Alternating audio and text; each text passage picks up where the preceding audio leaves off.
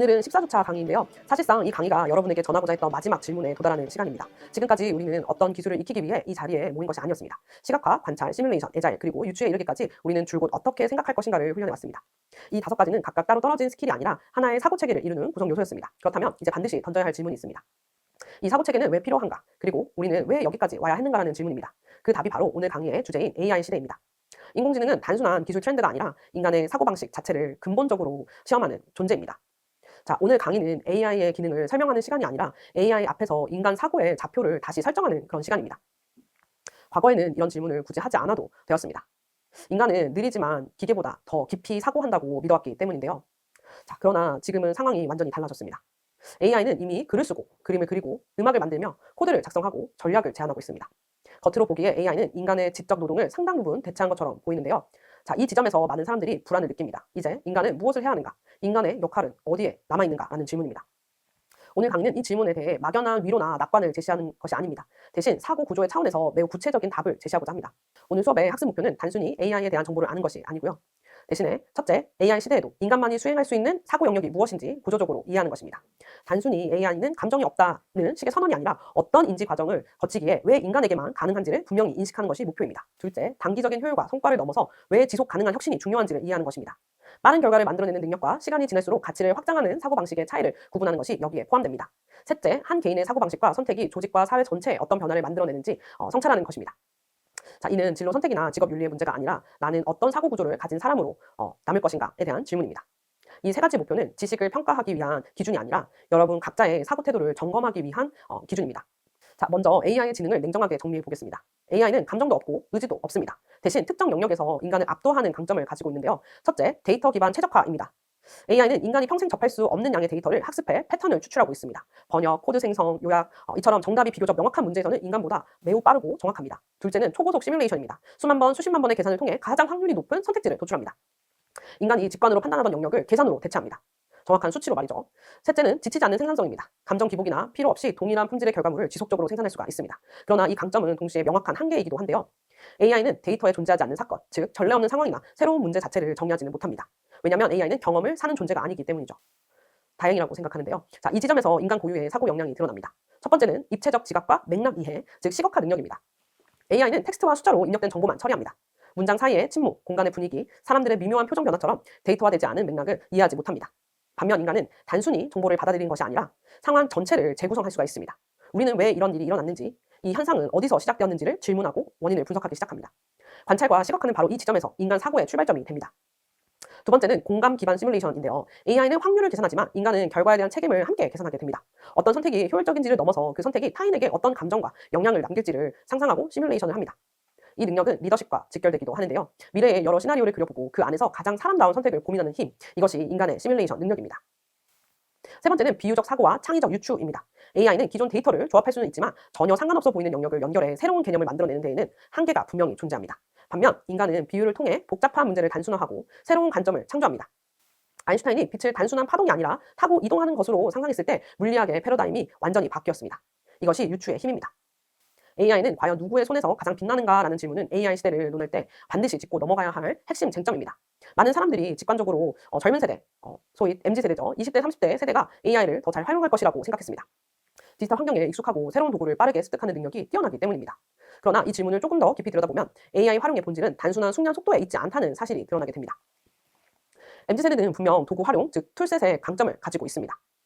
새로운 플랫폼이나 서비스가 등장했을 때 거부감 없이 빠르게 적응하며 AI를 활용하는 방법을 자연스럽게 익혔습니다. 이들은 주로 어떻게 하면 더 빠르게 만들 수 있는가, 어떻게 하면 효율적으로 높일 수 있는가라는 질문에 집중합니다. 다시 말해서 AI를 어떻게 쓰는가의 문제로 접근하는 경향이 강합니다. 이 특성은 학습 속도와 실행력 측면에서 분명한 장점으로 작용하는데요. 반면 중년 이상의 숙련자들은 다른 방향의 강점을 가지고 있습니다. 이들은 도구 자체보다는 문제의 본질을 파악하는 데 익숙합니다. 즉 무엇을 해야 하는가, what, 왜 이것을 해야 하는가, why에 더 많은 사고 에너지를 투입합니다. 오랜 시간 다양한 상황에서 의사결정을 내려왔고 실패와 성공을 반복적으로 경험해왔기 때문에 표면적인 정보 너머의 맥락을 읽는 능력이 축적되어 있습니다. 자, 이 차이는 AI를 다루는 방식에서도 분명하게 드러나고 있는데요. AI는 결국 도구에 불과하고요. 결과물의 품질은 AI 자체가 아니라 인간이 내리는 지시에 의해서 바로 프롬프트 명령어죠. 결정이 된다는 것입니다. 프롬프터의 구체성, 문제 정의의 정확성, 그리고 맥락 설명의 깊이가 결과를 좌우하게 되는 것이죠. 이 지점에서 중년 이상의 숙련자들이 가진 디렉팅 경험이 강력한 레버리지로 작용할 수가 있겠습니다. 수십 년 동안 부하 직원이나 협력업체에 업무를 맡기며 이 일을 왜 해야 하는지, 어디까지가 좋은 결과인지, 어떤 조건에서는 실패로 간주해야 하는지를 설명해온 경험을 가진 시니어 측 실력자에게는 AI에게 지시를 내릴 때 그대로 그것들을 적용해서 활용할 수가 있었습니다. AI에게 명확한 역할과 기준을 부여하는 능력은 하루아침에 만들어지지 않습니다.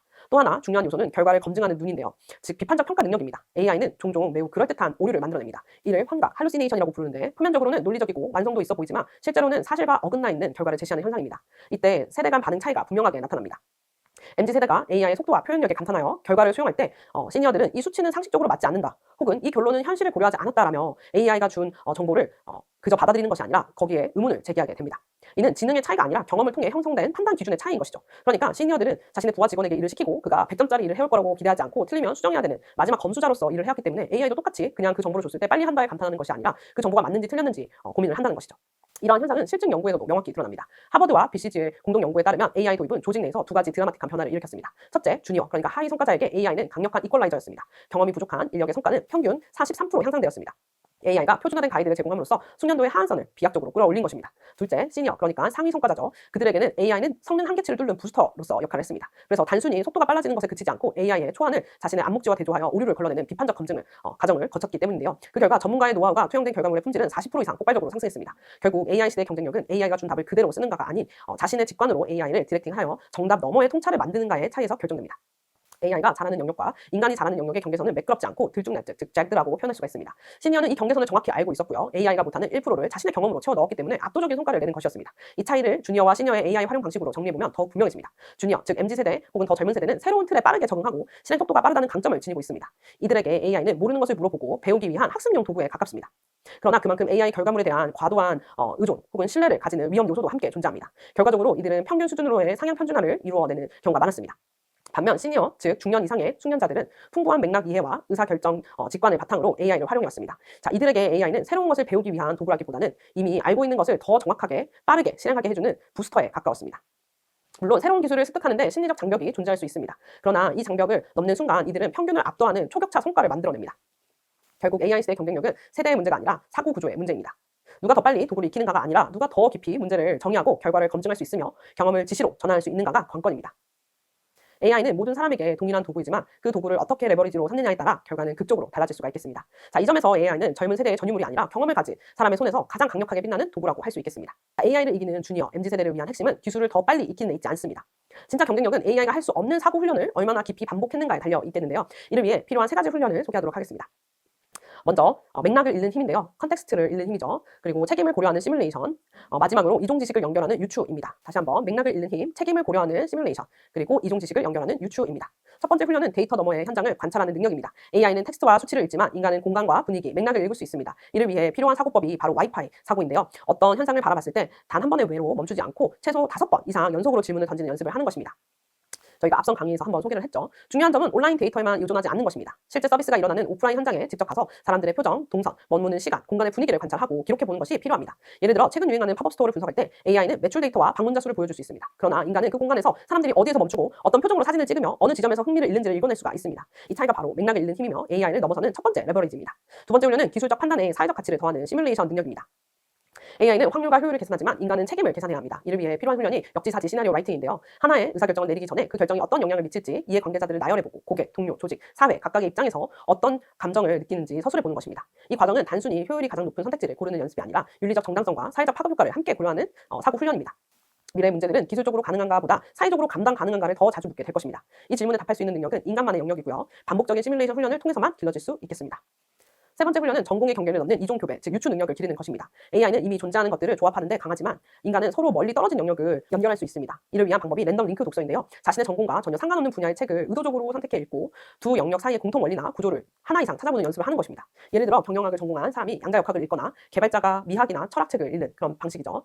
전혀 새로운 관점의 연결이 발생하게 될 것입니다. 여기에 더해 AI를 사용할 때 비유적 프롬프팅을 습관화하는 것이 중요합니다. A 분야의 원리를 B 상황에 적용해서 아이디어를 제안해달라는 식의 질문은 단순한 지시를 넘어 자신의 유추 능력 자체를 고도화하는 훈련이 됩니다. 자, 이 세 가지 훈련은 모두 단기간에 완성되지가 않고요. 그러나 분명한 것은 AI를 이기는 주니어는 AI를 더 많이 쓰는 사람이 아니라 맥락을 읽고 책임을 상상하며 전혀 다른 경험들을 연결할 수 있는 사람이라는 점입니다.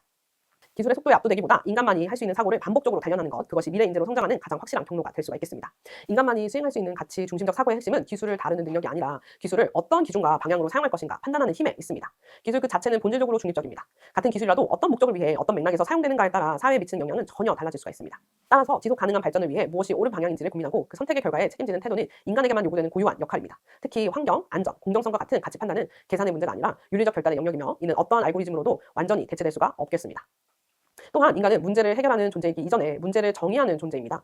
AI는 이미 주어진 문제를 빠르고 정교하게 해결하는 데 탁월한 능력을 보입니다. 그러나 정말로 해결해야 할 문제가 무엇인가를 묻고 그 질문 자체를 새롭게 설정하는 일은 인간만이 할 수가 있겠습니다.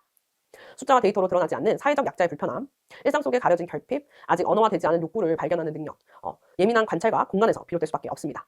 자, 이처럼 보이지 않는 문제를 포착하고 의미 있는 질문을 재구성하는 과정은 가치 중심적 사고의 출발점이 될 수가 있겠습니다. 더 나아가 인간은 실패를 대하는 방식에서도 AI와 본질적으로 다른데요. AI가 실패를 단순한 데이터 오류나 확률적 변동으로 인식한다면 인간은 실패를 통해 감정을 배우고 의미를 해석하며 다시 일어설 수 있는 의지를 갖고 있습니다. 자, 이 회복 탄력성은 불확실한 상황에서도 포기하지 않고 방향을 수정하며 나아가게 하는 힘입니다. 자, 여기에 더해 변화에 유연하게 대응하는 애자의 정신과 끊임없이 배우고 성장하려는 마인드셋은 인간을 진화하게 만드는 핵심 동력입니다. 예측 불가능한 미래일수록 정답을 빨리 찾는 능력보다 실패를 견디고 이를 바탕으로 학습하는 또 학습으로 전환하는 능력이 더 중요해집니다. 결국 인간만이 가능한 가치, 중심적 사고란 윤리적 판단과 책임, 문제를 새롭게 정의하는 통찰, 그리고 실패를 딛고 다시 나아가는 의지를 포괄하는 개념입니다. 기술이 고도화될수록 인간의 역할은 줄어드는 것이 아니라 오히려 더 선명해지고 있습니다. 무엇을 만들 수 있는가 보다 무엇을 만들어야 하는가를 묻는 힘, 그 질문을 끝까지 책임지는 태도가 바로 인간이 AI 시대에 대체 불가능한 이유입니다. 마지막으로 분명히 해야 할 점이 있는데요. AI 시대에 중요한 것은 AI와 인간 중 누가 더 뛰어난가를 비교하는 것이 아니라 AI를 어떻게 활용할 것인가를 결정하는 인간의 태도입니다. 우리는 더 이상 AI와 경쟁할 필요가 없습니다. 대신 AI를 도구로 활용하는 창의적 조종자가 되어야 합니다. 성과를 가르는 핵심 역량은 기술 자체가 아니라 그 기술을 쓰는 사고의 깊이와 방향성에 있습니다. 그 출발점을 질문하는 힘인데요. AI는 스스로 목적을 설정하지 못합니다. 어떤 시뮬레이션을 돌릴지, 무엇을 비교하고 무엇을 탐색할 것인지는 전적으로 인간의 몫입니다. 좋은 결과는 좋은 질문에서 나오며 이 질문은 문제의 본질을 깨닫는 통찰에서 출발할 수가 있겠습니다. 즉 인간은 AI에게 답을 요구하는 존재가 아니라 어떤 질문을 던질지 설계하는 존재입니다. 다음으로 중요한 역할은 비판적 검토인데요. AI가 제시한 결과는 언제나 검증의 대상이 되어야 합니다. 수치가 그럴듯해 보이고 그럴싸한 말이 나오더라도 그것이 사회적으로 옮거나 지속 가능한 선택이라고 말할 수는 없습니다. 인간은 AI의 결과물이 인간 사회의 가치 윤리 그리고 지속 가능 발전 목표 즉 SDGs에 부합하는지를 판단해야 합니다. 이 판단 과정에서 책임을 지는 주체 역시 인간입니다. AI는 계산하지만 인간은 선택의 무게를 감당해야 하기 때문입니다. 자, 마지막으로 인간의 역할은 개념적 설계에 있습니다. AI는 부분적인 구현을 탁월하게 수행하는데요. 그러나 전체 시스템을 바라보고 서로 다른 요소들을 연결해 하나의 의미 있는 구조로 그려내는 일은 인간의 몫입니다. 유추와 비유를 통해 전혀 다른 영역을 연결하고 그 속에서 새로운 질서를 발견하는 능력이 바로 인간 사고의 핵심입니다. AI가 퍼즐의 조각을 맞춘다면 인간은 그 퍼즐이 무엇을 의미하는지를 설명해야 하는 존재입니다. 자, 이 강의를 통해 여러분에게 전하고자 했던 메시지는 단순합니다. 미래는 AI가 대신 살아주는 시대가 아니라 AI를 어떻게 다룰 것인지에 대한 인간의 선택이 더 중요해지는 시대라는 것입니다. 더 빠른 도구를 가진 사람이 아니라 더 깊이 생각하는 사람이 주도권을 갖게 되는 미래입니다. AI와 경쟁하지 마시고요. 대신 조종하십시오. 그리고 기술 위에 사고를, 사고 위에 가치를 세우는 사람이 되십시오. 이 강의의 끝에서 여러분에게 남아야 할 질문은 이것입니다. 나는 AI를 쓰는 사람인가? 아니면 AI를 이끄는 사람인가? 네, 여기까지 강의를 마치도록 하겠습니다. 수고하셨습니다.